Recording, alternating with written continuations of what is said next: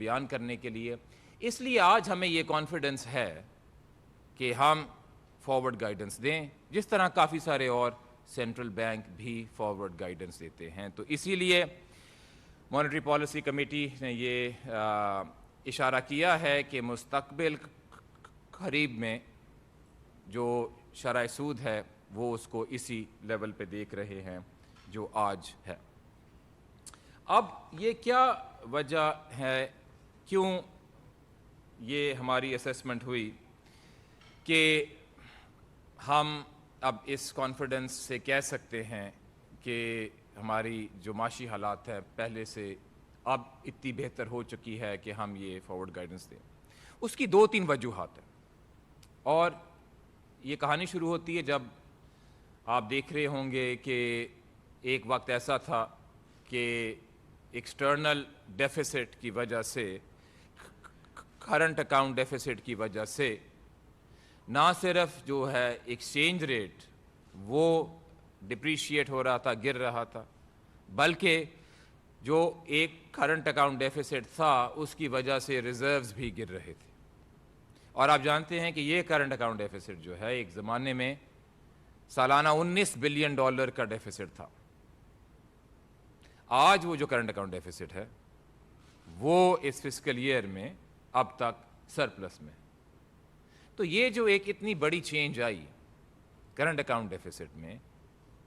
اور اس چینج کو سسٹین کیا گیا, یہ پہلی وجہ ہے اس کانفیڈنس کی کہ اب ہم تھوڑی فارورڈ گائیڈنس بھی دے سکتے ہیں. دوسرا سوال یہ پیدا ہوتا ہے کہ یہ جو کرنٹ اکاؤنٹ کی ڈیفیسٹ میں یہ بہتری ہوئی یہ کیسے ہوئی؟ یہ کیا اس لیے ہوئی کہ ایک آدھ شارٹ ٹرم ٹیمپرری میجر لیا گیا یا یہ کسی بنیادی ایکشن کسی انسٹیٹیوشنل چینج کی وجہ سے ہوئی؟ اور یہ دوسرا نقطہ جو میں آپ کے سامنے پیش کرنا چاہتا ہوں وہ یہ ہے کہ اس کرنٹ اکاؤنٹ کو بہتر کرنے کے لیے ایک انسٹیٹیوشنل چینج کی گئی اور وہ یہ ہے کہ جو ہمارا ایکسچینج ریٹ کا سسٹم ہے اس کو ایک مارکیٹ بیسڈ ایکسچینج ریٹ بنا دیا گیا. مارکیٹ بیسڈ ایکسچینج ریٹ کے بنانے کا مطلب یہی ہے کہ جو سپلائی اور ڈیمانڈ ان کی کنسیڈریشنز کو ہم سامنے رکھیں گے. اس کا یہ مطلب نہیں ہے کہ اس کو بالکل ہی کھلا چھوڑ دیں اور فری فلوٹ کر دیں. اسٹیٹ بینک یہ اپنے پاس پاور رکھتا ہے کہ اگر ڈس آرڈرلی مارکیٹ کنڈیشنز ہوں تو وہ اس کو ایک آرڈرلی طریقے میں مارکیٹ کو واپس لے آئے. یہ جو ہم نے ٹرانزیشن کی مارکیٹ بیسڈ ایکسچینج ریٹ کی یہ ہم نے مئی جون 2019 میں کی اور مجھے ابھی بھی یاد ہے کہ اس کے بعد ایک پریس کانفرنس یہیں ہوئی اور ہمارے صحافیوں کے کافی سارے سوالات تھے کہ آیا یہ جو آپ نے ایکسچینج ریٹ کی ٹرانزیشن کی یہ ٹھیک چلے گی کہ نہیں چلے گی؟ آپ نے ڈالر کو کھلا چھوڑ دیا تو آپ ہمیں کیا گارنٹی دیں گے کہ یہ آسمان تک نہیں پہنچے گا؟ اسی آڈیٹوریم میں وہ سوالات آئے تھے. تو آپ دیکھیں کہ جس طرح ہم نے اس کو مارکیٹ بیسڈ بنایا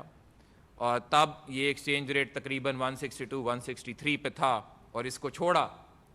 تو یہ آسمان پہ جانے کے بجائے یہ مستحکم ہوا یہ اسٹرینتھن ہوا. اور وہ جو 9 مہینے تھے کووڈ کے آنے سے پہلے وہ اسٹرینتھن ہوتے ہوتے 163 سے تقریباً 154 155 تک آ گیا. یعنی کہ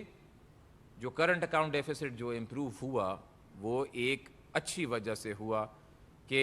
ایکسچینج ریٹ کے سسٹم کو فلیکسیبل بنایا گیا. اور اس کا بنیادی فائدہ یہ ہے کہ آئندہ اگر بیلنس آف پیمنٹ میں کوئی اگر ڈیفیسٹ آئے تو ریزروز پھونکنے کے بجائے اور اس کو ایک مصنوعی طور پہ پکڑنے کے بجائے ایکسچینج ریٹ جو اپنا ایک شاک ایبزاربر کا رول وہ ادا کرے گا. تو یہ دوسرا نقطہ تھا کہ کرنٹ اکاؤنٹ ڈیفیسٹ کو ایک اچھی انسٹیٹیوشنل چینج کی وجہ سے بہتر کیا گیا. اب تیسرا جو نقطہ ہے جس کی وجہ سے ہمارا کانفیڈنس بڑا ہے وہ یہ ہے کہ ایک مارکیٹ بیسڈ ایکسچینج ریٹ بنانے کے بعد اگر اس نئے سسٹم کا کوئی سب سے بڑا امتحان آ سکتا تھا تو وہ کووڈ کے طور پہ آ گیا. کوئی نئی ایکسچینج ریٹ رجیم ایمرجنگ مارکیٹ میں اگر وہ ٹرانزیشن کرتی ہے فکس سے فلیکسیبل, اگر آپ اس کو ایک سب سے سخت امتحان دینا چاہتے ہیں تو پھر آپ یہ ایسا ایکسٹرنل کرائسس لے آئیں جو پاکستان میں آیا اور ساری دنیا میں آیا, جس سے ہر ایمرجنگ مارکیٹ پہ، ان کے بیلنس آف پیمنٹس پہ، ان کے کیپٹل فلوز پہ، ان کی معاشی حالت پہ ایک بہت سنجیدہ، بہت ڈیپ اثر آیا۔ تو پھر سوال یہ پیدا ہوتا ہے کہ یہ ہمارا جو فلیکسیبل ایکسچینج ریٹ ہے یہ اس امتحان سے کیسے گزرا؟ اور یہی تیسرا نقطہ ہے کہ ہماری نہ صرف اکانومی بلکہ ہماری فلیکسیبل ایکسچینج ریٹ اس امتحان میں بڑی کامیابی سے نکلی۔ اگر آپ دیکھیں کہ ایک سال سے پہلے جب کووڈ آیا اور ایمرجنگ مارکیٹس میں بھی ایکسچینج ریٹ گرنے شروع ہوئے تو آیا پاکستانی روپی کتنا گرا اور باقی جو ایمرجنگ مارکیٹس ہیں وہ کتنی گری؟ کیونکہ یہی امتحان ہے کہ اگر آپ نے اس کو کھلا چھوڑ دیا اور اگر کوئی ایکسٹرنل شاک آیا تو یہ کیا دوبارہ آسمان تک چلا جائے گا؟ تو میں آپ کو آج کے فگرز بتاتا ہوں، آج کے کیا ایکسچینج ریٹس ہیں پاکستان کے اور کچھ ایمرجنگ مارکیٹس کے، اور سال پہلے کیا تھے کووڈ کی وجہ سے جو اس پہ امپیکٹ آیا۔ تو سب سے پہلے اگر آپ دیکھیں، اگر باقی ایمرجنگ مارکیٹس کو دیکھیں تو ریال جو ایکسچینج ریٹ ہے برازیل کا وہ آج 21% نیچے ہے کمپیئر ٹو جنوری 2020، یعنی کہ کووڈ کے پہلے اور آج کے مقابلے میں برازیل کا ایکسچینج ریٹ 21% نیچے ہے۔ اس کے بعد ٹرکش لیرہ دیکھ لیں، وہ کوئی 20% گرا ہوا ہے۔ اس کے بعد نائجیرین، رشیا، موزمبیک، یہ تقریباً 15 سے کوئی 20% تک ان کے ایکسچینج ریٹ نیچے گرے ہوئے ہیں۔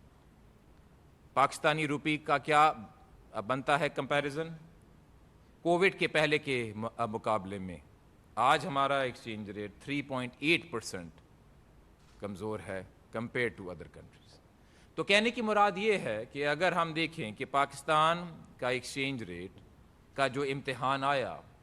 اگر ہم باقی ملکوں کے مقابلے میں دیکھیں تو یہ ہم نے امتحان بڑے اچھے انداز سے اس سے ہم نکلے، اور اس سے ہمیں یہ بھی کانفیڈنس آیا کہ یہ جو ایکسچینج ریٹ کی ہم نے ٹرانزیشن کی یہ اب کووڈ کا امتحان بھی سہے گی۔ تو کووڈ سے بڑا امتحان تو مشکل ہی ہے کہ دوبارہ آئے گا۔ اور ساتھ ساتھ میں یہ بھی کہتا چلوں کہ جو ایکسچینج ریٹ میں جو یہ اچھے انداز سے اس امتحان سے نکلا، اس کی وجہ یہ بھی نہیں ہے کہ ریزروز جو ہیں وہ کم ہو گئے بنسبت جب ہم نے یہ ایکسچینج ریٹ ٹرانزیشن کی۔ جب ہم نے یہ ایکسچینج ریٹ ٹرانزیشن شروع کی تو تب ہماری بیلنس شیٹ پہ ہمارے جو ریزروز تھے تقریباً 7.2 بلین کی رینج میں تھے، اور آج تقریباً 13 بلین ڈالرز ہیں، 13 بلین ڈالر ہیں۔ یعنی کہ کووڈ کے باوجود نہ صرف جو ہے ایکسچینج ریٹ وہ اپنے اس امتحان سے اچھی طرح گزرا، اس کے ساتھ ساتھ جو ہمارے ریزروز ہیں وہ بھی انکریز ہوئے، اور یہ ریزروز جو بڑھے یہ اس وجہ سے نہیں بڑھے کہ ہم نے foreign exchange loans net basis پہ زیادہ لیے۔ اگر آپ اس کا حساب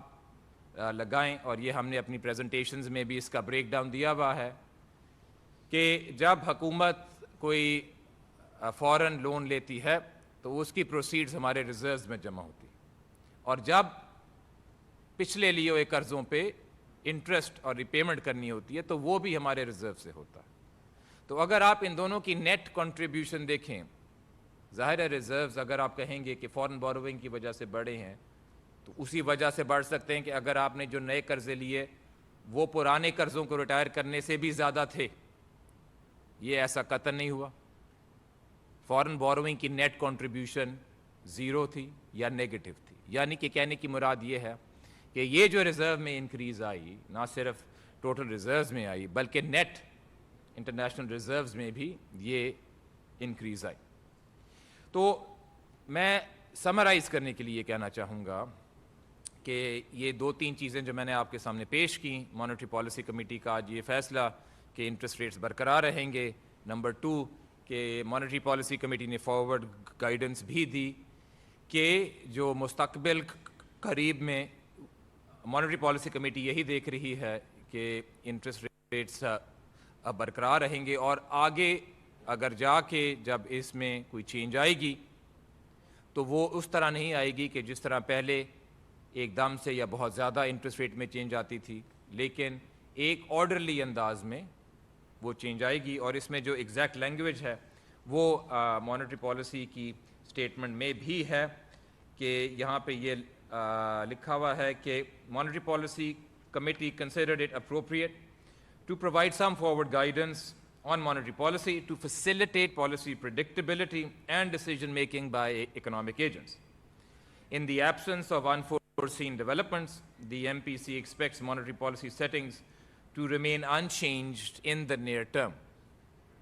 As the recovery becomes more durable and the economy returns to full capacity, the MPC expects any adjustments in the policy rate to be measured and gradual to achieve mildly positive real interest rates. تو کہنے کی مراد یہی تھی، یہ جو دوسرا نقطہ، کہ اس میں ایک اچھے انداز میں، آرڈرلی انداز میں اگر کوئی آگے چینج آئے گی تو آئے گی. اور تیسری چیز جو میں آپ کے سامنے پیش کرنا چاہتا تھا وہ یہ تھی کہ اس فارورڈ گائیڈنس کی دینے کی وجہ یہ تھی کہ آج جو ہمارے حالات ہیں وہ بڑے مختلف ہیں کہ جو پہلے تھے، جب انٹرسٹ ریٹ 13.25 پہ کرنا پڑا اور کچھ چیزیں کرنی پڑی، اور ان کی جو وجوہات تھیں وہ میں آپ کے سامنے پیش کرنا چاہتا تھا کہ کس طرح ہم نے کرنٹ اکاؤنٹ ڈیفیسٹ کو کم کیا، ایکسچینج ریٹ کی رجیم کو بدلا، اس کے بعد ایک امتحان آیا، اس سے گزرے، اور آج ہم یہاں کھڑے ہوئے ہیں کہ ہمارے ریزروز بھی بڑھے ہوئے ہیں اور ایک ایکسچینج ریٹ بھی اچھے انداز سے مارکیٹ بیس پہ چل رہا ہے. آخر میں آپ کے سوالات لینے سے پہلے میں صرف ایک چیز کی طرف اشارہ کرنا چاہوں گا کہ دیکھیں ہماری جو لاسٹ پریس کانفرنس ہوئی تھی وہ ہوئی تھی جولائی میں، میرا خیال ہے سپٹمبر میں ہوئی تھی، اور اس کے بعد سے وہ آپ کو وقت یاد ہوگا کہ ابھی ہم پہلی ویو جو آئی تھی کووڈ کی، اس سے ابھی ہم ریکوری کی طرف شروع ہی ہوئے تھے. اور میں تھوڑا سا ذکر کرنا چاہوں گا کہ آج ہم کہاں کھڑے ہوئے ہیں، اور اسٹیٹ بینک نے جو کووڈ میں اپنے بزنس مین کو اور اکانومی کو سپورٹ کرنے کے لیے کچھ اقدامات کیے، کچھ سٹیپس لیے، وہ کیا تھے اور ان کا نتیجہ کیا نکلا، یہ ہم نے اپنی پریزنٹیشنز میں بھی بتایا ہوا ہے، اور جو ہماری ویب سائٹ ہے اس میں بہت ٹرانسپیرنٹلی یہ سارے نمبرز لگائے ہوئے ہیں، اور ہر ویک یہ نمبر اپ ڈیٹ ہوتے رہتے ہیں. تو صرف میں مختصر طور پہ کہوں گا کہ کووڈ کے رسپانس میں 4-5 چیزیں تھیں. سب سے پہلے جو شرح سود کو ہم نے کٹ کیا. ایمرجنگ مارکیٹس میں ماسوائے ارجنٹینا، جہاں پہ ایک بہت ہی ڈیپ ساورن ڈیٹ کا ایشو بنا ہوا تھا، ایمرجنگ مارکیٹس میں سب سے زیادہ انٹرسٹ ریٹ کٹ، اور جس رفتار سے کٹ کیے گئے وہ پاکستان میں ہی کیے گئے. اگر آپ ان ملکوں کو بھی لے لیں جس میں انٹرسٹ ریٹ 10% سے زیادہ تھے، ڈبل ڈیجٹ تھے، اس سب سیٹ میں بھی سب سے تیزی سے کمی پاکستان میں کی گئی. دوسری چیز جو ہم سب سے پہلے ایک پیکیج لائے روزگار کو بچانے کے لیے، کہ جو بزنس یہ کمٹمنٹ دے گی کہ وہ اپنے ورکرز کو لے آف نہیں کرے گی تو اس کو ایک کنسیشنل ورکنگ کیپٹل ملے گا، سستے قرضے پہ انٹرسٹ ریٹ ملے گا. یہ روزگار پے رول فائنینسنگ اسکیم تھی، اور اس میں 238 بلین روپیز جو ہے، 238 تقریباً 240 ارب روپے کنسیشنل لینڈنگ کے بینکس کے تھرو دیے گئے کہ روزگار بچے. اور اس میں سے جو 50% جو بینیفیشریز تھے اس روزگار اسکیم کے، وہ چھوٹے لوگ تھے، چھوٹے صنعت کار تھے، ایس ایم ایز کا وہ سیکٹر تھا. اس کے بعد ہم ایک اسکیم لائے کہ جن لوگوں کے قرضے ڈیو ہیں، پرنسپل کی پیمنٹس آ رہی ہیں، ان کو بینکس کے ساتھ مل کے ایک ایسا راستہ نکالیں کہ بینکس والنٹری بیسس پہ اس کو ایکسٹینڈ کریں. فیصلہ بینک کا ہی ہو، لیکن ہماری طرف سے یہ انٹرسٹ مورل سویژن تھی کہ جہاں کوئی کریڈٹ رسک کا ایشو نہیں ہے تو وہاں پہ کوئی رکاوٹیں نہ پیدا کی جائیں اور وہ ایکسٹینشن دی جائے. اس اسکیم کے تحت 657 بلین روپیز، تقریباً 660 ارب روپے جو ہیں، اس میں ایکسٹینشن دی گئی. ورنہ اس میں سے کافی حد ایسی تھی جو ڈیو ہوتی اور لوگوں کو مشکل آتی کہ نہ صرف کووڈ آیا ہے لیکن اس کے ساتھ ساتھ اس قرض کی ادائیگی بھی کرنی ہے. یہ تھی پرنسپل کی ری پیمنٹ. اس کے ساتھ ساتھ مارک اپ کی جو ریسکیجولنگ کا ہم نے ایک انسینٹیو پیکیج دیا بینکس کو کہ جہاں پہ وہ کریڈٹ رسک سے مطمئن ہے تو وہ آگے ایک جو بینک کا جو ان کا کلائنٹ ہے اس کے ساتھ بیٹھ کے ایک ری اسکیجولنگ کا ایک شیڈیول ایک طریقہ نکالیں. اس میں 225 ارب روپے جو ہیں وہ ری شیڈیول ہوئے, یعنی کہ یہ 225 ارب لوگوں کو دینے پڑتے, یعنی کہ یہ 660 ارب روپے لوگوں کو دینے پڑتے. اس میں آگے لوگوں کو ایکسٹینشن ملی. اور آخر میں تذکرہ کرنا چاہوں گا اس اسکیم کا جو ہم نے مارچ 2020 میں نکالی, ٹرف ٹیمپرری اکنامک ری فائنانس فیسلٹی, جس کا بنیادی مقصد یہ تھا کہ کیونکہ کووڈ کی وجہ سے لوگوں میں پریشانیاں ہیں اور انسرٹنٹیز ہیں, اور اگر انہوں نے کوئی انویسٹمنٹ کرنی ہے تو وہ شاید اپنا فیصلہ ڈیلے کر دیں, ان کو انسینٹیو دینے کے لیے کہ وہ اپنی انویسٹمنٹ کا فیصلہ ڈیلے نہ کریں بلکہ اس کو آگے لائیں, ہم نے ٹرف اسکیم انٹروڈیوس کی جس میں میکسیمم اینڈ یوزر ریٹ 5% پہ نئی انویسٹمنٹ یا ماڈرنائزیشن کے لیے قرضہ بینک سے مل سکتا ہے. اور اس ٹرف اسکیم کے تحت ابھی تک تقریباً 300 ارب روپیہ جو ہے اس کی انویسٹمنٹ اپروو ہو چکی ہے, اور اس میں ڈیمانڈ بڑے بھرپور انداز سے آ رہی ہے. اور پاکستان کی تاریخ میں